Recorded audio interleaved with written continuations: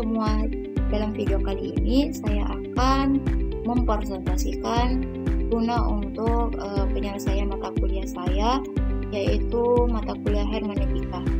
Sebelumnya saya Andin Rafita dari jurusan Ilmu Al-Quran dan Tafsir dengan NIM 30300012100. Dalam kesempatan video kali ini saya akan membahas tentang biografi dan pemikiran Muhammad Abid Al-Jifari, di mana Muhammad Abid Al-Jifari adalah seorang pemikir besar dari Maroko yang banyak memberikan sumbangsi besar terhadap pembaruan pemikiran Islam, khususnya melalui kritiknya terhadap cara berpikir umat Islam yang disebut sebagai nalar Arab.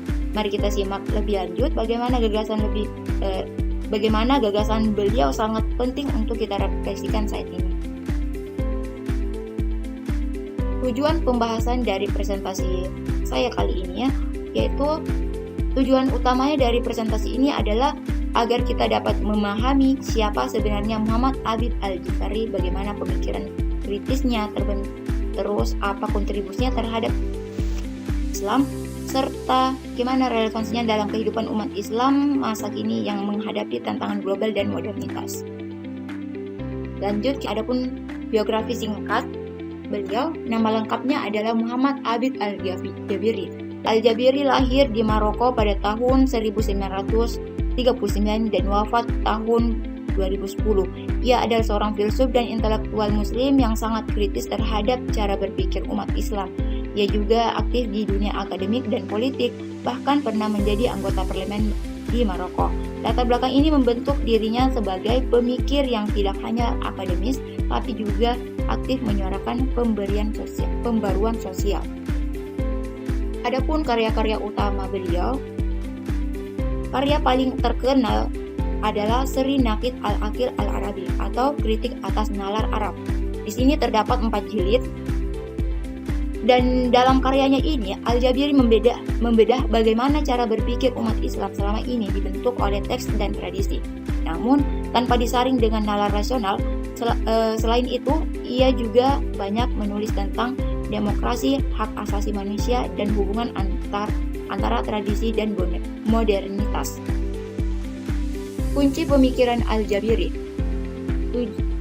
Inti dari pemikiran Al-Jabiri adalah merekonstruksikan ulang akal atau cara berpikir umat Islam agar lebih sesuai dengan nilai rasional dan kontekstual. Ia mengklasifikasikan nalar Islam menjadi 3 bentuk, yaitu bayan, irfan, dan burhani. Yang pertama adalah nalar bayani, yaitu nalar tekstual yang sangat bergantung pada lafaz dan literalitas teks. Kedua, nalar irfani, yaitu nalar intuitif atau mistik, seperti yang berkembang dalam dunia tasawuf. Dan yang terakhir adalah nalar burhani, yaitu nalar rasional logis yang menurut Al-Jabiri agar umat Islam bisa maju secara intelektual.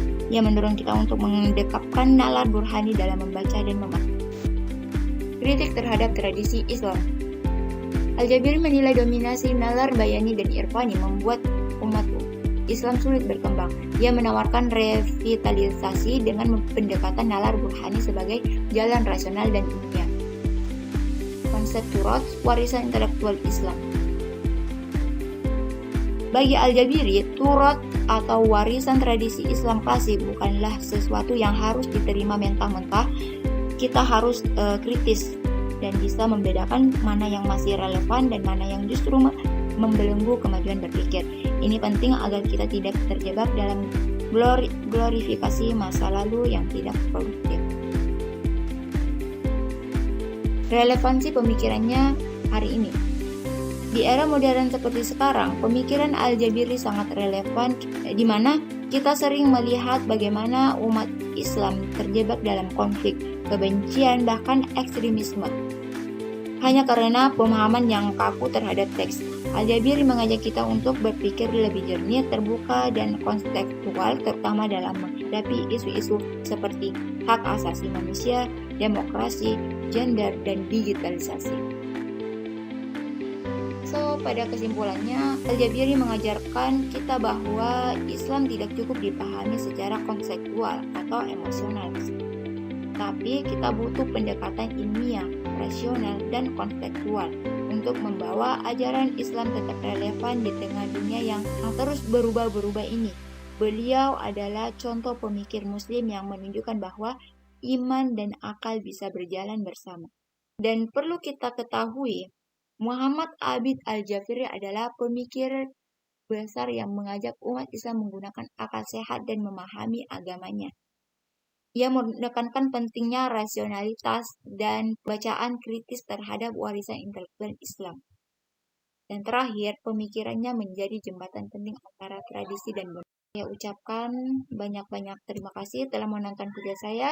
Wassalamualaikum warahmatullahi wabarakatuh.